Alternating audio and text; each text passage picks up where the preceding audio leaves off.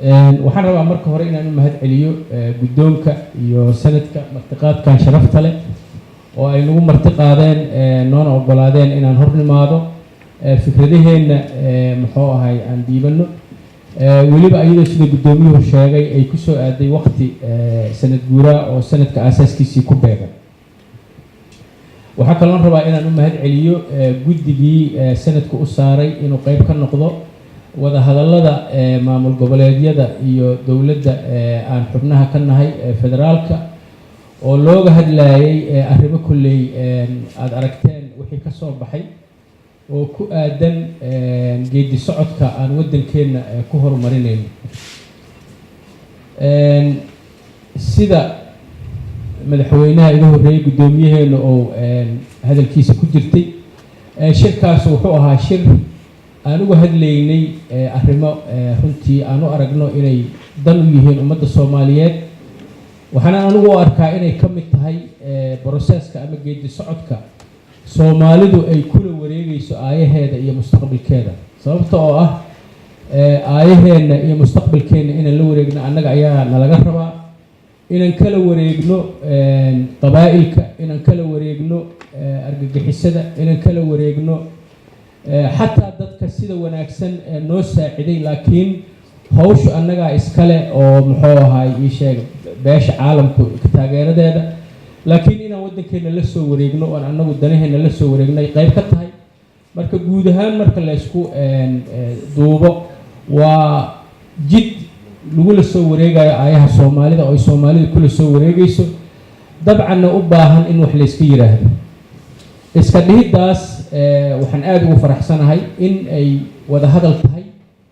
oo waagii hore haddii la istumi jiray oo la is-uleyn jiray oo qori la isu qaadi jiray maanta la wada hadlaayo weliba si gaara Soomaalidu ay u wada hadlayaan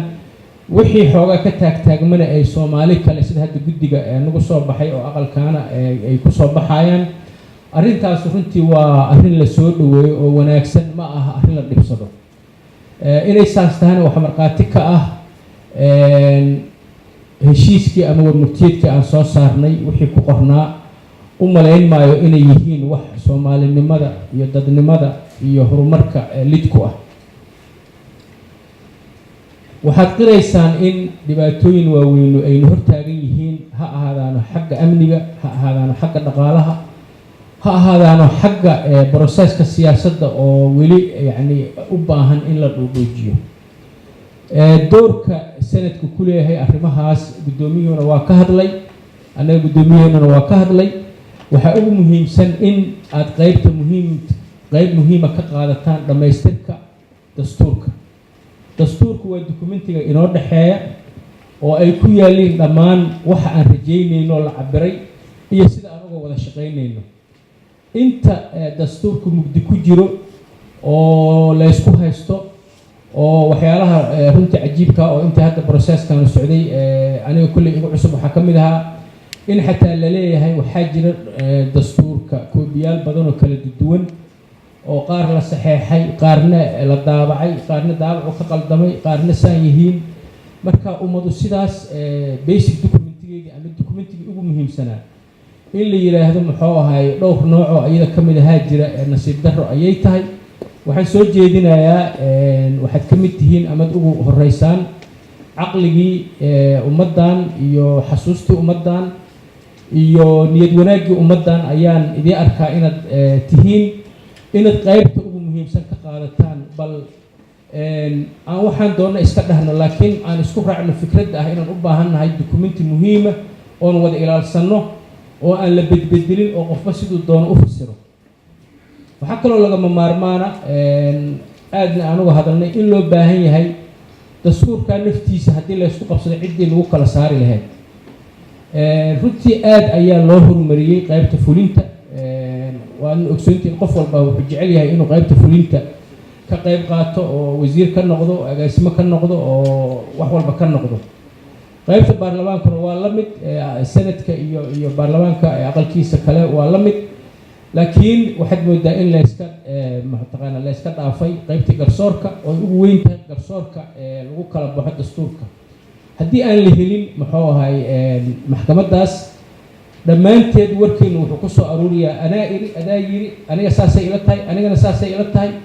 iyo in awoodii iyo resource-kii dowladda laysu adeegsado si qof walba jidkiisa uu marsan lahaa marka waa in la helaa hay-ad aan ku wada kalsoonahay awood siino ka wada dambayno oo nagu kala saarta haddii aan isku qabanno dastuurkaas arrinta sanadka sida loo sheegay labada guddoomiye ay u sheegeen waa matalaadii maamul goboleedyada dowladaha federaalka ah oo fara badan waa muxuu ahay ka warqabtaan oo hadda inaan idii sheego uma baahnidiin laakiin in senataradu ay yihiin matalaada ka koreysa yani representationka shucuubta maalan maraykanka oo kale haddii example aad soo qaadataan california iyo delaware sanadka isku miisaanay ku leeyihiin taa ujeedada looga jeedaa waxay tahay in la helo dad arrimaha hooso aad u hooseeyo deegaanada inta xoogaa gadaal uga dega maslaxadda guud arrinta ka fiiriya taasaa looga jeedaa waxaa kaloo looga jeedaa in majority-gu aysan caburin minority-ga siday doontaba ha loo qeexo yacni in gobollada waaweynu aysan caburin gobollada yaryar in xildhibaanada tirada badannu meeshay ka yimaadiin ayna dayacin xildhibaanada qaybta yar ka yimid yacni sanadku waa muxuu ahaa ii sheeg radarka ama bahasha diyaaradda stable ka dhigta oo mataqaanaa ii sheeg runtii hagta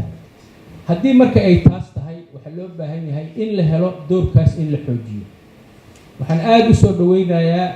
hortayaa la sheegay haddaan la sheegi lahayn waxaan dhihi lahaa waxaan soo jeedinayaa ama waxaan ku talinayaa laakiin waa la sheegay waxaan xoojinayaa in loo helo aqalkan budgetkii iyo imkaaniyaadkii oo ku qabsan lahaa hawshiisa muhiimka oo ah matalaadda ka warqabidda la socoshada deegaanada laga soo doorto sababtoo haddii deegaanadii laga soo doortay aan laga warqabin oo annaguna xaggaas aan go-doon ku nahay adinkuna aad inta joogtaan doorkii xoogaa daciif ayaa soo gelaya annaguna waxaan ballan qaadaynaa guud ahaan iyo gaar ahaan maamul goboleedka hadda aan matalo inaan wixii nooga aadan aan ka qaadano ugu dambeyn waxaan iska codsanaynaa inaad qayb weyn nagala qaadataan barnaamij aada moodo runtii in adinku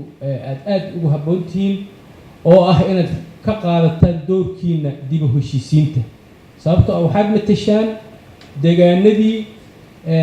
weliba sidii aan sheegay si miisaan leh ayaad ku matashaan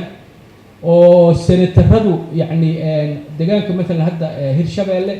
senatarada matalaaho yacni qabaa'il maaha waa senataradii guud waaye qabiil kastaa kuma jiro matalan haddii la yidhaahdo sidaa daraaddeed waxaa la helayaa caqli dhexdhexaada oo qeyb muhiima ka qaadan kara dib u heshiisiinta annagu insha allahu tacaala waxaan hadda bilaabi doonaa barnaamij weyn oo aan rabno inaan dib u heshiisiin aan uga sameyno 8 colaadood oo midba heer ay joogto oo deegaanka hirshabeelle ka tirsan waxaanan idii soo jeedinayaa oon idinka codsanayaa inaad nagala qayb qaadataan dib u heshiisiintaas ha ahaadaano senatarada ka soo jeeda hirshabeelle ama ha ahaadaano senatarada meelaha kale laga soo doorto taasoo ujeedadu tahay marmarka qaarkood dhaqanka soomaalida iyo dhaqanka islaamka qofka ka dhexdhexaadka laakiin aanan arrinta ka fogeyn oo la xajecla uga jirto ayaa laga yaabaa talada wanaagsan helitaankeeda inay u fududdahay intaasaan idinka codsanaynaa garabkiinaan taagannahay wasalaamu calaykum waraxmatullaahi wabarakaatu